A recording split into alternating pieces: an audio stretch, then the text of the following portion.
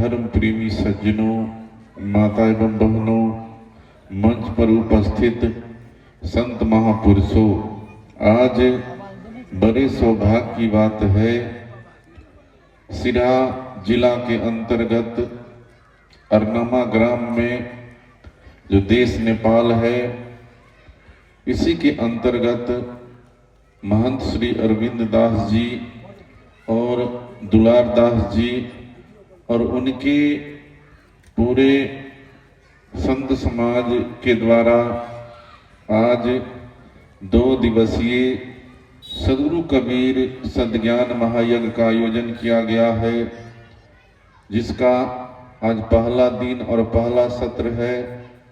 इसी संदर्भ में मुझे भी अवसर मिला है सदगुरु कबीर साहब के विचारों को सुनने के लिए और उपदेश करने के लिए। यह हमारे लिए सौभाग्य की बात है। सदगुरु कबीर साहब इशारा करते हैं, जीवन जोबन राजमद अभी चल रहा न कोई, जो दिन जाए सत्संग में जीवन का फल होए। संत गुरुजन इशारा करते हैं, हम मानव प्राणी के लिए यह संसार के अंदर हमें यह विचार करना है, जिसका निर्माण है उसका एक दिन नाश निश्चित है। तो हम लोग प्रयास करें और यह मानव जीवन को हम लोग धर्म से जोड़े, सद्ज्ञान से जोड़े, सद्विचार से जोड़े।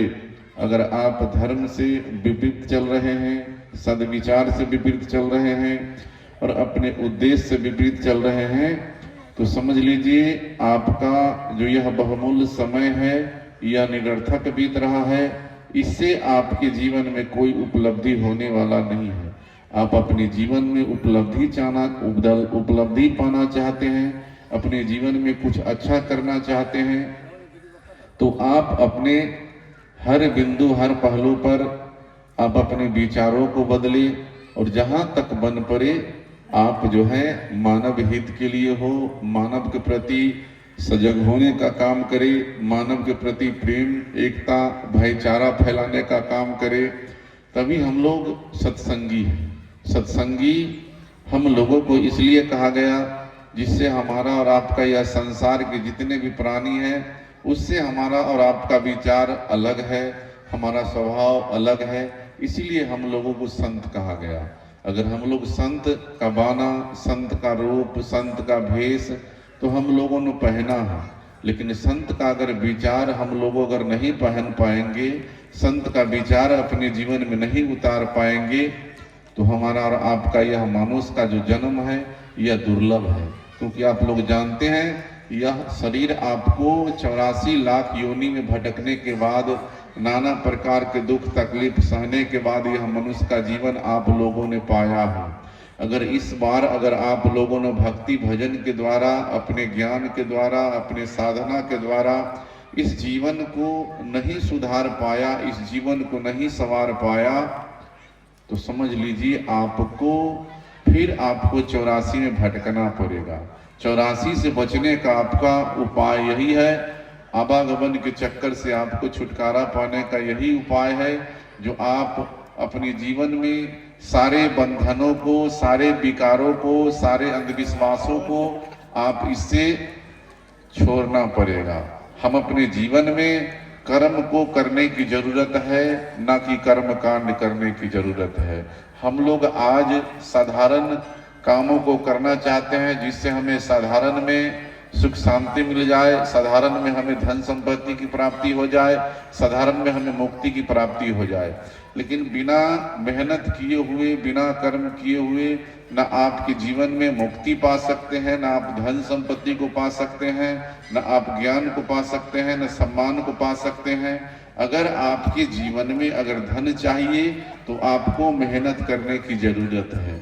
अगर ज्ञान आपके जीवन में ज्ञान चाहिए तो आपको विद्यालय, विश्वविद्यालय में आपको संसारिक ज्ञान मिलेगा, जिसको हम लोग कहते हैं भौतिक ज्ञान। और आध्यात्मिक ज्ञान से अपने जीवन को जोड़ना चाहते हैं, अपने समाज को जोड़ना चाहते हैं, अपने परिवार को जोड़ना चाहते हैं, तो आपको सत्संग का सहारा लेना पड़ेगा।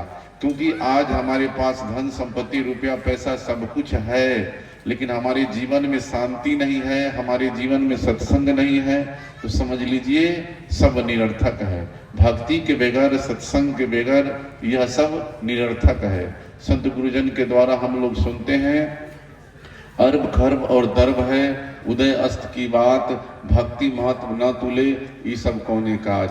अगर आपके जीवन में अर्ब खर्ब रुपया पैसा है, आपके पास गाड़ी बंगला हीरा जवाहरात सब कुछ है, लेकिन आपका जीवन जो है परमार्थी नहीं है, आपके धन से गरीब लाचार निसहाय व्यक्ति का सेवा नहीं हो रहा है, आपके अंदर भाव नहीं है, जैसे जिसके घर में ज्यादा धन संपत्ति होता है मेहनत के द्वारा, तो समझ लीजिए वह व्यक्ति मेहनत के द्वारा अपने भाव को, अपने विचार को, अपने विनम्रता को अपने जीवन में प्रदान किया है, अपने जीवन में लागू किया है, इसीलिए उसके पास धन संपत्ति रुपया पैसा हो गया है।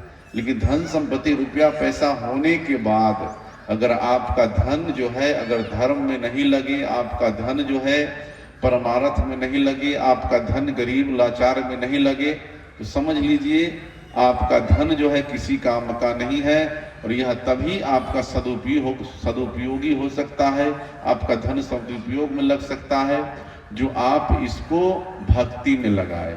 भक्ति का मतलब होता है जो अपने जीवन को भाव से भर देना।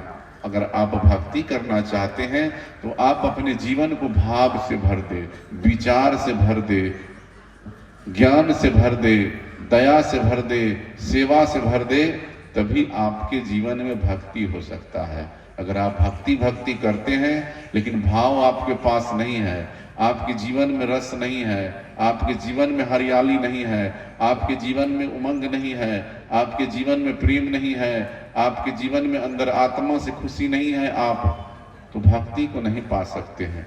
भक्ति का मतलब होता है जो आप अपने जीवन में हरदम प्रसन्न रहिए, हरदम दुख से निवृत्ति रहिए, जो है सब परमात्मा का दिया हुआ है, जो है सब संत गुरुजन का आशीर्वाद है, जितना हमारे पास है उसमें हम अपने जीवन को सदुपयोग में लगाए और उतना में आप अपने जीवन को शांत रखें। अगर आपके पास नहीं कुछ है, धन संपत्ति रुपया पैसा है नहीं है, अगर आपके पास शांति है तो सबसे बड़ा धनवान व्यक्ति आप हैं।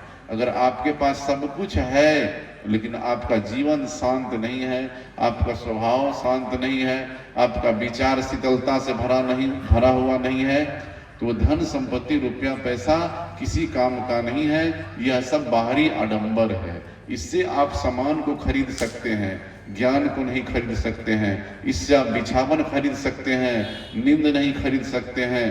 तो आप अपने जीवन में यह निर्णय करें जो हमें जीवन में शांति किस प्रकार चाहिए, क्योंकि संसार में धन संपत्ति की भी जरूरत है, लेकिन जितना जरूरत है जिससे हमारा भरण पोषण हो जाए, जिससे हमारे यहाँ अतिथि अभ्यागत आए उनका सेवा हो जाए, हमसे गरीब लाचार जो कमजोर लोग हैं उसकी सेवा हो जाए, इतना धन चाहिए। धन हमारे जीवन में इतना न हो जाए जो हम धन के बस में हो जाए, वैसे धन की जरूरत नहीं है। हम लोगों के जीवन में ज्ञान धन चाहिए। अगर आपके पास सब कुछ है लेकिन संसारी ज्ञान है लेकिन आत्मज्ञान नहीं है, तो आत्मज्ञान के बिना संसारिक ज्ञान भी अधूरा है। तो आत्मज्ञान आपके जीवन में तभी प्रदान होगा, तभी हो सकता है जब आप अपने जीवन में अंदर आत्मा में विचार करें जो हमें अपने जीवन में अगर कोई कष्ट दे, हमें दुख दे, हमारी सामान को क्षति करे, हमारे विचार पर ठेस पहुंचाए, तो हमें अच्छा नहीं लगेगा, हमें अंदर से तकलीफ होगा।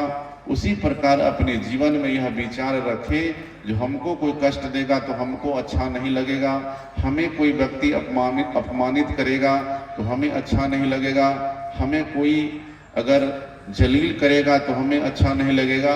तो जो चीज हमें अपने जीवन में अच्छा नहीं लगे हम भी किसी को ना दे, तो समझ लीजिए यह भी एक सत्संग हो गया। और सत्संग, आज जो यह सत्संग का आयोजन किया गया है, इस सत्संग का आयोजन इसलिए किया गया है जो हमारे समाज में बदलाव हो, हमारे परिवार में बदलाव हो, हमारे रहन सहन में बदलाव हो, हमारे मनोवृत्ति में बदलाव हो। अगर इससे अगर नहीं बदलाव हुआ सत्संग के द्वारा, तो समझ लीजिए आपका जीवन जो है बेकार बीत रहा है। और यह जीवन में आप जितने भी सामानों को अर्जन कर ले, लेकिन आपके जीवन में सुख नहीं मिल सकता है। आपके जीवन में तभी सुख मिल सकता है जब यह संसार के चाहतों से आपका मन हट जाएगा, यह संसार के चाहतों से आपकी इच्छा मर जाएगी। समझ लीजिए उस दिन से आपके जीवन में शांति हो गया। अगर आपके पास धन है लेकिन इच्छाओं की कमी नहीं है, तो धन कितना हो जाए आपके जीवन में शांति नहीं है। शांति तभी हो सकता है जब हम अपने जीवन में यह संसार के जितने भी सामान हैं उसको मान लेंगे, जो यह सब सामान यहीं रह जाएगा, इसको न हम लेके आए हैं और न लेके जा पाएंगे। सब यही बनाए हैं और सब यही छोड़ के जाना है। यह शरीर भी आपका जो है यही छूट जाएगा, यह भी जाने वाला नहीं है। इसमें जब बोलने वाला सत्ता है, रमन करने वाला राम है, बोलने वाला महापुरुष इसमें से निकल जाएगा, आत्मा राम निकल जाएगा, तो यह शरीर भी आपको नहीं जाने दिया जाएगा। यह शरीर भी आपको यहीं जो है अग्नि में जला दिया जाएगा, पानी में भसा दिया जाएगा, या मिट्टी के अंदर समाधि कर दिया जाएगा। यह शरीर भी आपका यही तक है। और जितने भी आपका सगा संबंधी हित मित जो भी है, सब जिस पर हम लोग अहंकार करते हैं, जो हमारे पास इतना सगा संबंधी है, हमारे पास इतना परिवार बड़ा है, लेकिन जब इस शरीर से जीव आत्मा निकलने लगेगा, तो आपके जितने भी सगा संबंधी हित मित है, सब आपको शरीर को धर के बैठे रहेंगे और आत्मा कब निकल जाएगा इसको कोई नहीं पकड़ पाएगा। तो हम अपने जीवन में यह विचार बनाए, जो जहां तक बन पड़े हम अपने जीवन को सत्संग से जोड़ो, और सत्संग के द्वारा ही हमें जीवन में ज्ञान होगा, और ज्ञान से समाज का सुधार होगा, परिवार का सुधार होगा और देश का सुधार होगा। और जब तक हम लोगों के जीवन में सत्संग का ज्ञान नहीं होगा, अपने जीवन में अंतःकरण में हमें आत्मज्ञान का बोध नहीं होगा, तो समझ लीजिए यह जीवन हम लोगों के लिए निरर्थक जा रहा है, बेकार जा रहा है। तो हमें विवेक करने की जरूरत है। विवेक कहाँ मिलेगा? संत महापुरुषों के विचार को सुन करके अपने मन में, अपने अंतःकरण में चिंतन करेंगे, मंथन करेंगे, विचार करेंगे, तो समझ लीजिए हमें अपने आप विवेक जगने लगेगा। हमारे अंदर जब विवेक होगा तो ज्ञान होगा, और ज्ञान होगा तो आपके जीवन में राग छोड़ करके आपका जीवन जो है वैराग बन सकता है, आपका जीवन त्याग की ओर जा सकता है। और इस जीवन में जो आप धन संपत्ति रुपया पैसा से नहीं पा सकते हैं, वो आप अपने मेहनत से पा सकते हैं, आप अपने जीवन में त्याग से पा सकते हैं। तो ये आपको अपने निर्णय में करना है, जो हमें त्याग का जीवन जीना है या राग का जीवन जीना है। हमें अपने जीवन में दयालु बनना है या अपने जीवन को काल बनाना है। तो हम अपने जीवन को काल रूप नहीं बनाना है, हमारा जीवन जो है दयाल होना चाहिए। दयाल का मतलब होता है जो हमारा जीवन जो है दया का भाव होना चाहिए, हमारे अंदर प्रेम का भाव होना चाहिए, हमारे अंदर करुणा का भाव होना चाहिए। और इस संसार के अंदर कहीं कुछ नहीं है। यह संसार में आप कहीं भी भटकेंगे तो कहीं भी आप चले जाएंगे तो ये मिट्टी पानी पत्थर पहाड़ से बना हुआ मकान है। हम लोग संत महापुरुष के विचारों को सुन करके अपने जीवन में उतारा है।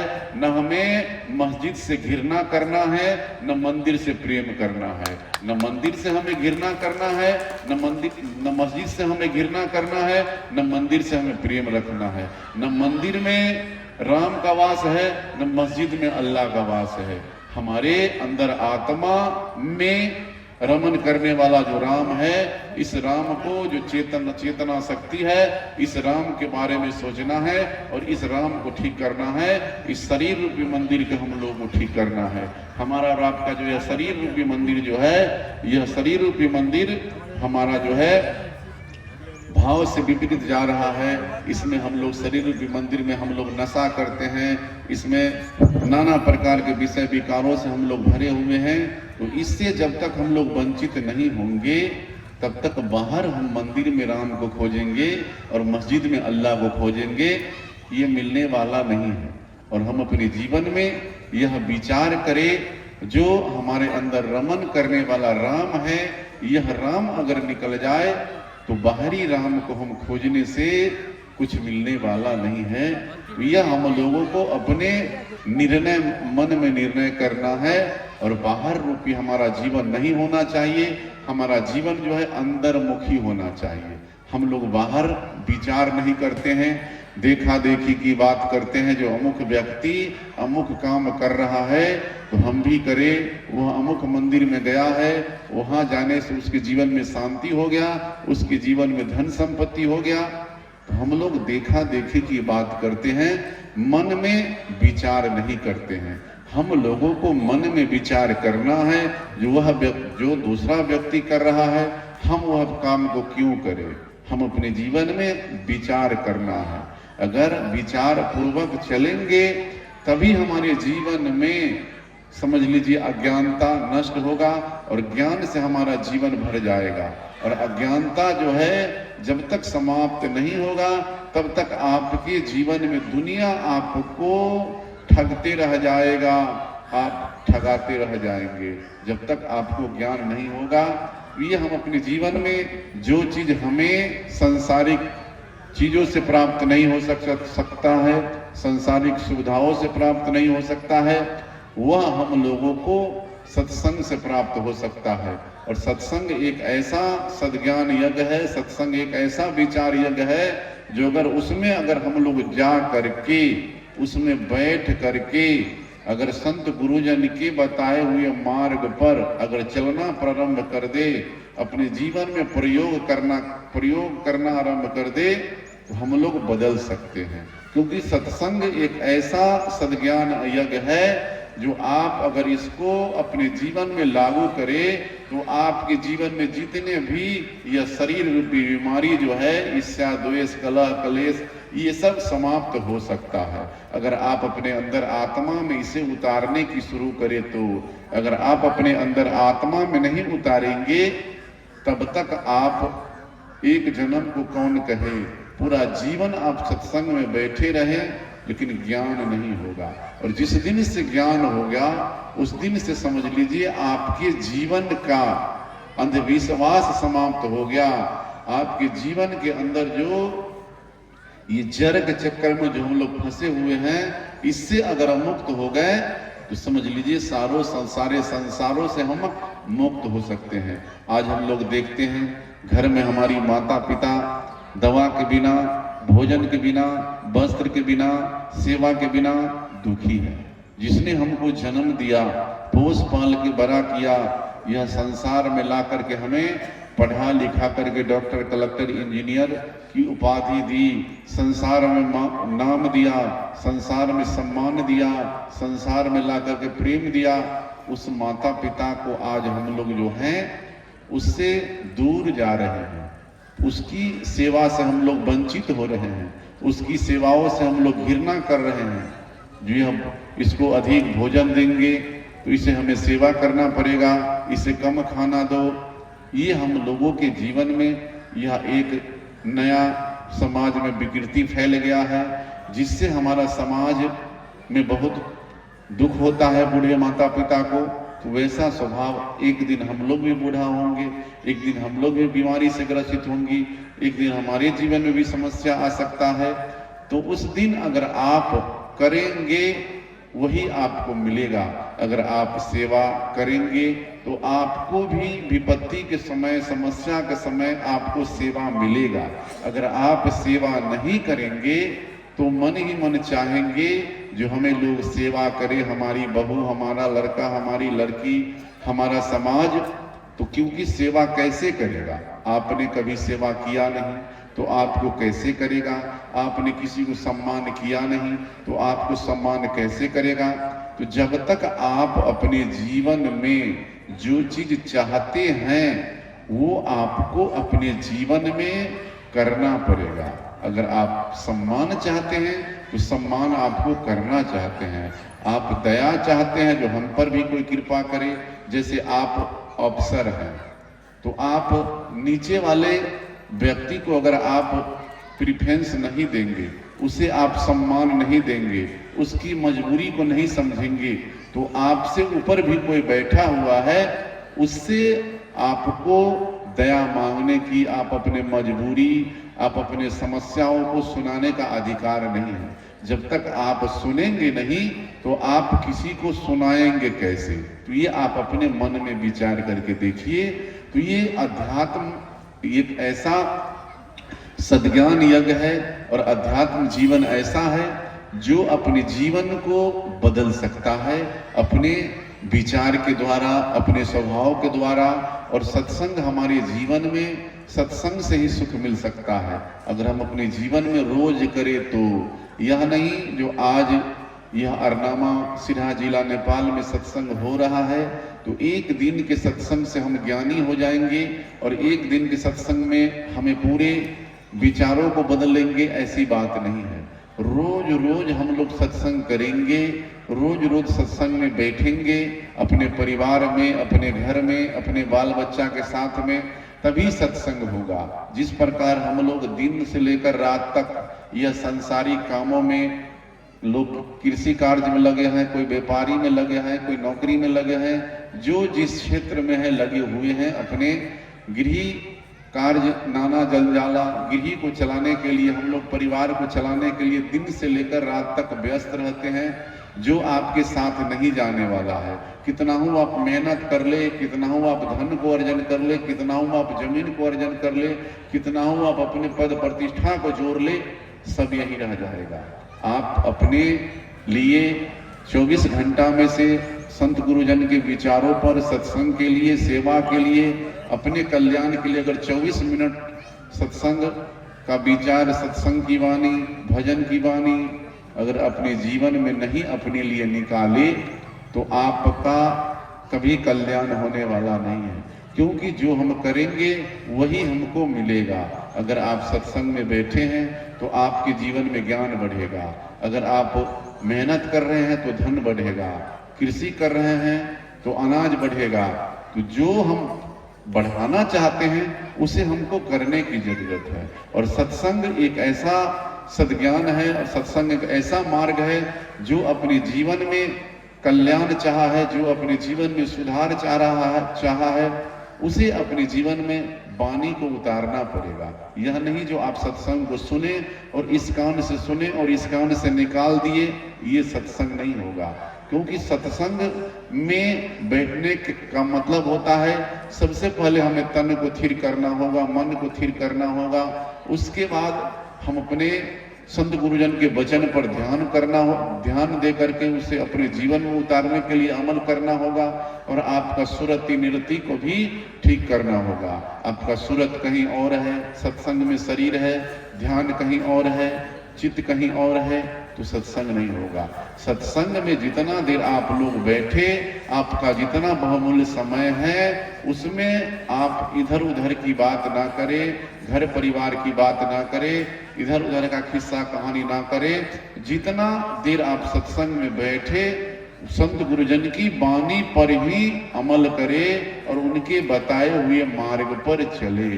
क्योंकि सत्संग से आपका जीवन सुखी हो सकता है और भजन के बिना आपका यह जीवन जो है बेकार हो जाएगा। अगर आप दुनिया में रह करके भजन भक्ति नहीं करेंगे तो आपका जीवन बेकार हो जाएगा। जिस प्रकार आपके पास सब कुछ है, रूप है, धन है, बल है, लेकिन बुद्धि नहीं है तो आप कुछ नहीं कर सकते हैं।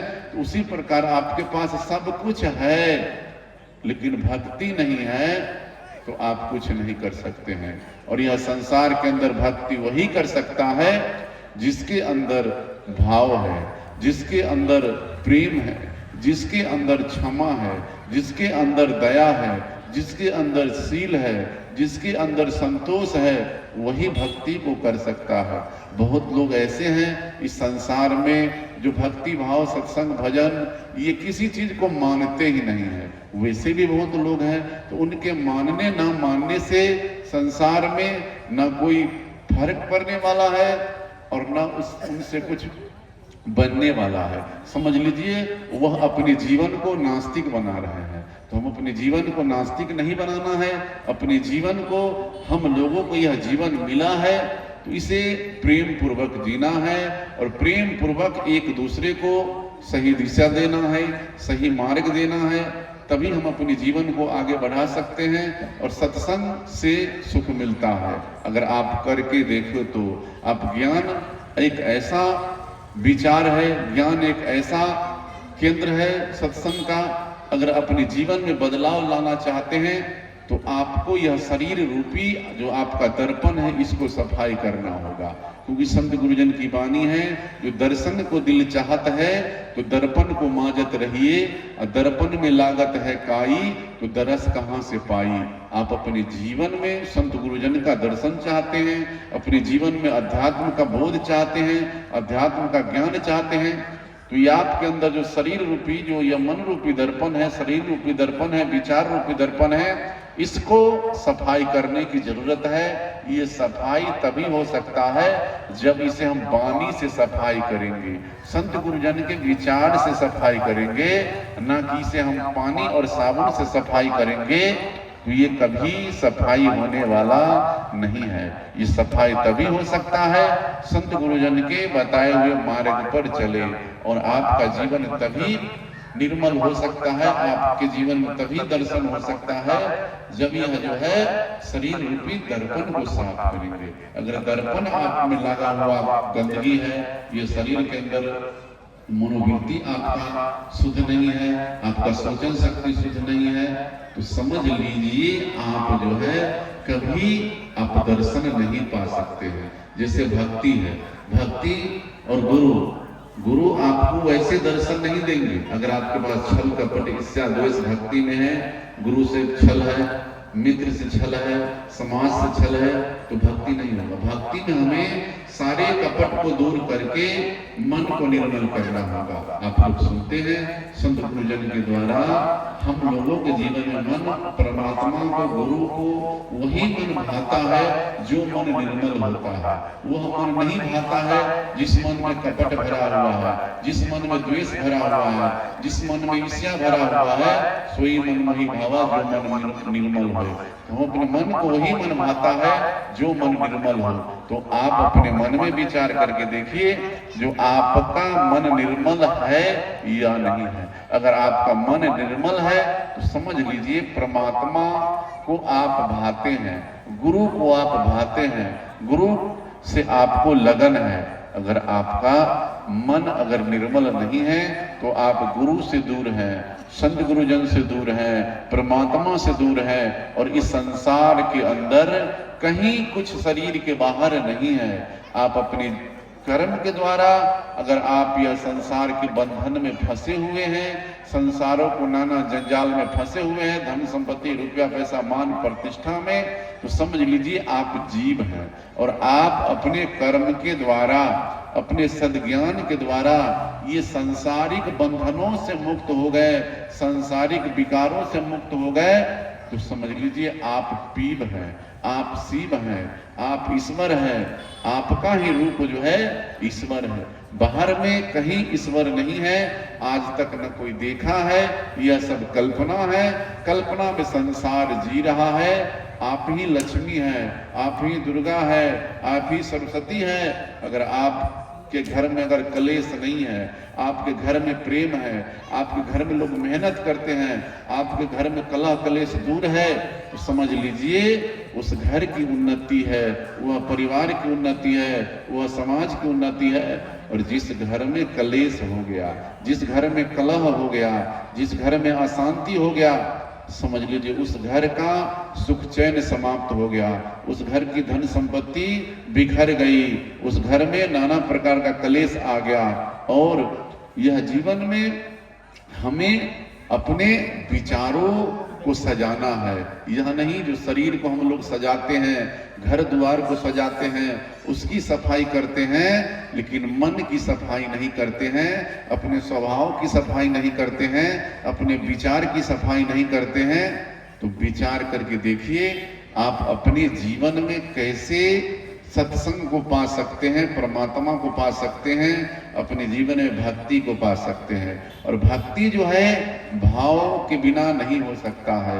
यह हम लोग सांसारिक जीवन में, भौतिक जीवन में किसी सामान को खरीदने के लिए दुकान में जाते हैं, जब तक उसका हम लोग भाव नहीं दुकानदार से पटरी खाता है, तब तक हम किसी सामान को नहीं ले पाते हैं। एक दुकान से दूसरे दुकान, तीसरे दुकान जाते हैं, जहां हमारा भाव होता है वहीं पे सामान को खरीदते हैं। उसी प्रकार अपने जीवन में भक्ति को भी करने के लिए हमें भाव को बदलना पड़ेगा। आपके भाव में अहंकार है, धन का, पद का, बल का, बुद्धि का, तो भक्ति नहीं होगा।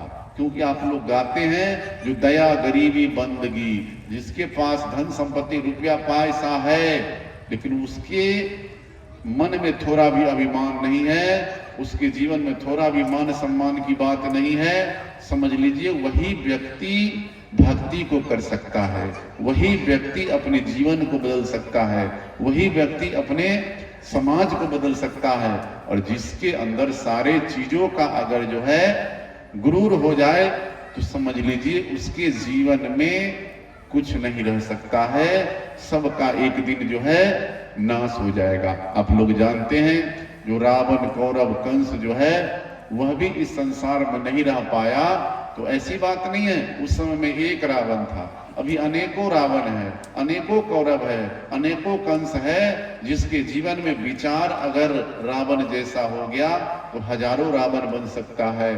तो हमें अपने जीवन में अपने स्वभाव, अपने विचार को अहंकार से बचाना है, अपने जीवन में द्वेष से बचाना है। जहां तक बन पड़े हम अपने जीवन में प्रेम की बात करें, क्योंकि प्रेम के बिना हमारा जीवन नहीं चल सकता है।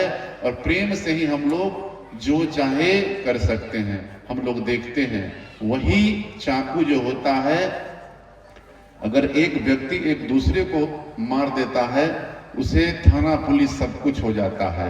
और वही चाकू लेकर के डॉक्टर अगर उसको लगाता है तो ऑपरेशन हो जाता है। उसी प्रकार यह जीवन में हम लोग अपने जीवन को इस तरह से शोभित करें, इस तरह से सजाए, जो हम अपने जीवन में किसी व्यक्ति को हानि नहीं पहुंचाए। जहां तक बन पड़े अपने तन से, मन से, धन से हम जहां तक बने सदुपयोग का भाव रखें, प्रेम का भाव रखें। और यह संसार दोबारा मिलने वाला नहीं है। और यह जीवन में तभी हम लोग आगे बढ़ सकते हैं। 4 वेद, 6 शास्त्र, 18 पुराण आप जानते हैं, लेकिन अगर आप जीवन में किसी को दुख दिए हैं तो आपको भी दुख ही मिलेगा। अगर आप किसी को सुख दिए हैं तो आपको सुख मिलेगा। यह नहीं जो आपके पास ज्ञान है और सारे दुनिया को आप दुख, दर्द, तकलीफ दे तो आपका जीवन सुखी हो जाएगा, ऐसी बात नहीं है। जो आप बोए हैं वही आप काटेंगे, जो आप लिखे हैं वही आप पढ़ेंगे, जो आप बनाए हैं वही आप खाएंगे। तो अपने जीवन में यह प्रयास करें, जो हम अपने जीवन को अच्छा बनाने के लिए, अच्छा करने के लिए सबसे पहले हम अपने जीवन के दुर्मति को समाप्त करें। संत गुरुजन कहते हैं, सकलो दुर्मति दूर भगाओ, कागा की गति छाड़ी के हंस गति अपनाओ। जब तक हम अपने जीवन के दुर्मति को समाप्त नहीं करेंगे तब तक हमारा जीवन हंस जैसा नहीं बन सकता है। हमारे जीवन में काग जैसा ही स्वभाव रह जाएगा। तो कौन चाहेगा जो हमारे जीवन में काग जैसा विचार हो? सब चाहेगा हमारा विचार कोयल जैसा हो, हमारी विचार वाणी कोयल जैसा मधुर हो। तो मधुर बनने के लिए मधुरता का प्रयोग करना पड़ेगा। यह नहीं जो हम मधुरता का प्रयोग नहीं करें और हमारी वाणी प्रसन्न हो हमारी वाणी से, ऐसी बात नहीं है। और यह जीवन आपको दोबारा मिलने वाला नहीं है। इसी जीवन में आप जो चाहे कर सकते हैं। उसके लिए हम लोगों को यह सांसारिक आडंबरों को छोड़ करके सदगुरु कबीर साहब के बताए हुए मार्ग पर चलना पड़ेगा। और भक्ति हम लोगों के लिए वही है और पूजा वही है जो पूजा सोई जो आत्म पूजे। पूजा हम लोगों के लिए वही है जो यह संसार में जितने भी बोलनहारा है उसकी पूजा करे। क्योंकि ना कि बोलनहारा से हम लोग वंचित है, वह पूजा नहीं है। फूल अगरबत्ती चढ़ाना ये पूजा नहीं है। पूजा का मतलब है जो जो करे से पूजा। जितना हम अच्छा काम करेंगे, जितना हमारा अच्छा विचार होगा, जितना हमारा अच्छा रहने वृत्ति होगा, वही हमारे लिए पूजा होगा, वही हमारे लिए सेवा होगा। तो ये आप अपने मन में विचार करें। आज सत्संग का पहला दिन, पहला सत्र है, इसलिए इतना ही शब्दों के साथ हम अपनी वाणी को विराम देते हैं। बोलिए सदगुरु कबीर साहेब की।